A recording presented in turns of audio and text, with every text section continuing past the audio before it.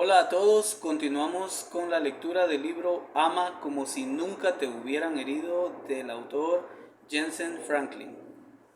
Capítulo 5. El amor empieza aquí. Tenemos que vivir la vida a todo vapor. Vive con alegría, vive apasionadamente. Ama completamente. Ama completamente ahora porque no se te ha prometido vivir un día más. Miraba fijamente las notas del sermón que tendría que dar al día siguiente.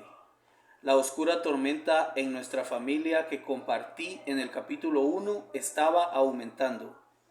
Mi mensaje era un recordatorio de lo corta que es la vida y que tenemos que dejar de albergar resentimiento, amargura y enojo. Mientras más las miraba, más fuerte era el susurro. Hipócrita. Pensaba en la advertencia de Pablo a los líderes de la iglesia en 1 Timoteo. Arregla las cosas en casa antes de comenzar a liderar a otros en la iglesia. O como había escuchado alguna vez, si no funciona en casa, no lo exportes. Hipócrita. Estaba intentando mantener las cosas en orden en nuestra familia. Estaba intentando mantener la paz mientras una de nuestras hijas navegaba por aguas turbulentas. Estaba poniendo todo mi empeño para amar a mi familia como Cristo ama a la iglesia. Lo admitiré, hubo momentos en los que luché con el sentimiento de que era un fracasado. Hipócrita. Me pregunté si quizá estaba cargando sobre mis hombros el peso de demasiadas responsabilidades. Quizá las presiones de la iglesia, el ministerio de la televisión, la creación de programas, los presupuestos y los constantes viajes eran demasiado para mí. Me preguntaba si debía dejarlo todo. Quizá lo mejor sería que entregara mi carta de dimisión como pastor y dejara que otro me sustituyera. Pocas horas después tuve una conversación a corazón abierto con un buen amigo.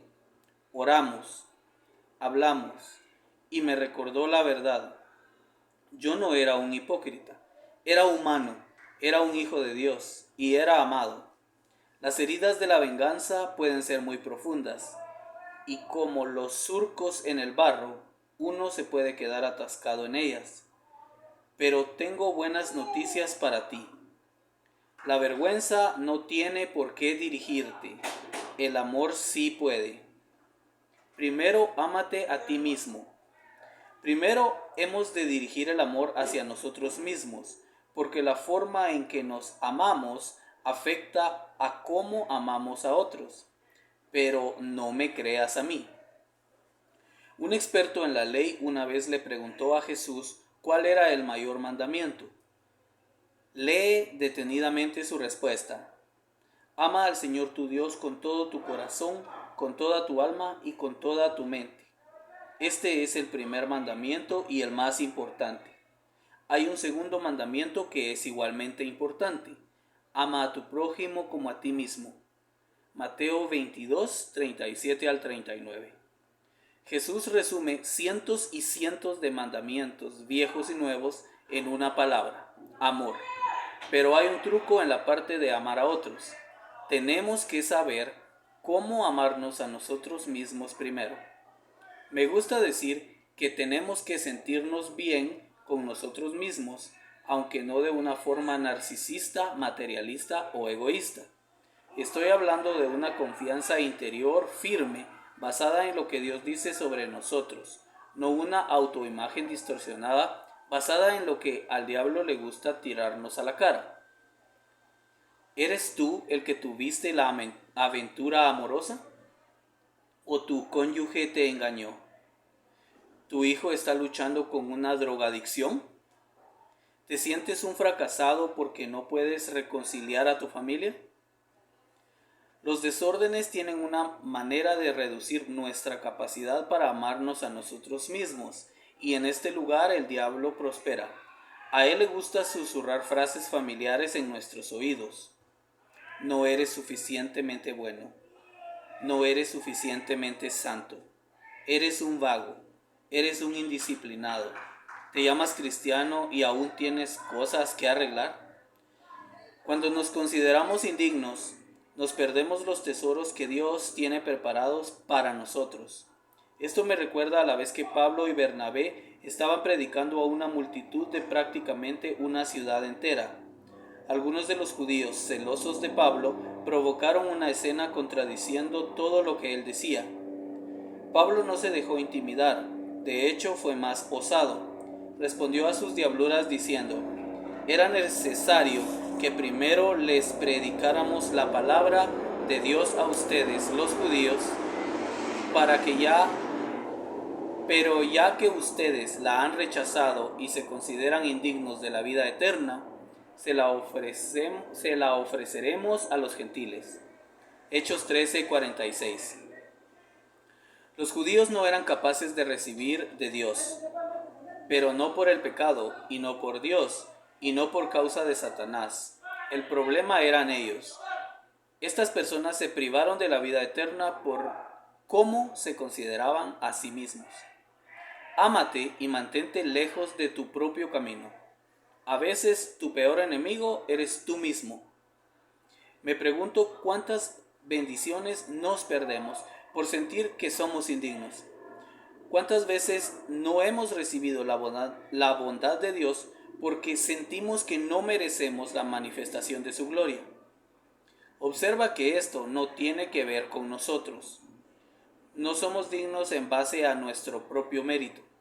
Somos dignos mediante Jesucristo y solo mediante Él. Cuando empezamos a reconocer nuestra valía en Él, las cosas cambian. Comenzamos a abrirnos a las grandes cosas que Dios tiene preparadas para nosotros. Cuando no podemos amarnos. Es asombroso lo ruidosos que nos parecen los susurros de la autocondenación, día tras día, noche tras noche, durante años a veces. No es de extrañar que no podamos asimilar del todo el mandato de Jesús de amar a otros. Cuando dejamos que las mentiras anulen el amor, esto afecta a los que nos rodean. Tendemos a poner nuestras frustraciones, falta de valía, vergüenza o culpa sobre aquellos a quienes amamos. No podemos amar nunca como si nunca nos hubieran herido si no nos amamos a nosotros mismos. Quizá sepas exactamente de lo que estoy hablando. Si batallas con la depresión, puede que te aísles de otros y, en el proceso, dificultes el crecimiento de unas relaciones saludables. Si batallas con la vergüenza, puede que te cueste ser compasivo con otros. Si batallas con encontrar tu autoestima, quizá te resulte difícil confiar en los que te rodean. Jesús conocía del todo los problemas derivados de una falta de amor por uno mismo. Por eso no respondió a la pregunta de los escribas soltando un dicho de una galleta de la fortuna, ni digno de un tuit, ni una cita jugosa. Jesús nos mandó amarnos a nosotros mismos. No fue una sugerencia, fue un mandato. Cuando nos amamos a nosotros mismos, nos acercamos un paso más al reino de Dios, que es justicia, paz y gozo. No se trata de cómo te ves a ti mismo. La autoestima no es la meta, sino la Dios-estima.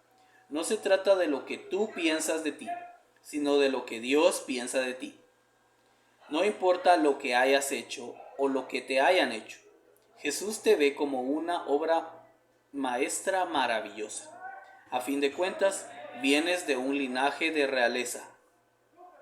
Recientemente leí un artículo interesante sobre la cría de caballos y un semental digno de atención llamado Tapit. Tapit es un semental blanco en Gainesway Farm en Kentucky. Bello y elegante, es un ganador de apuestas de grado 1. Más importante aún, ha engendrado un gran número de crías que son increíblemente rápidas. Su primera camada produjo un campeón, Stardom Bound, ganador del premio Breeders' Cup Juvenile Fillies. Muchas de sus crías han tenido mucho éxito en varias carreras de caballos muy prestigiosas. En la actualidad, Tapit es el semental de mayores ingresos de los Estados Unidos. El costo de cruzarle es de $300,000 cada vez, pero no es el caballo más caro de la historia. El difunto Storm Cat tuvo una carrera exitosa de 20 años como semental. y en cierto momento ganó un costo de cruce de $500,000. Imagínate gastar $500,000 o cerca de esa cantidad para dejar embarazada a una yegua. Cuando se trata de que la yegua dé a luz, a primera vista, lo que consigues por tu dinero se parece un poco a un timo. Ahí llega un potro empapado y pegajoso, temblando por el viaje del nacimiento.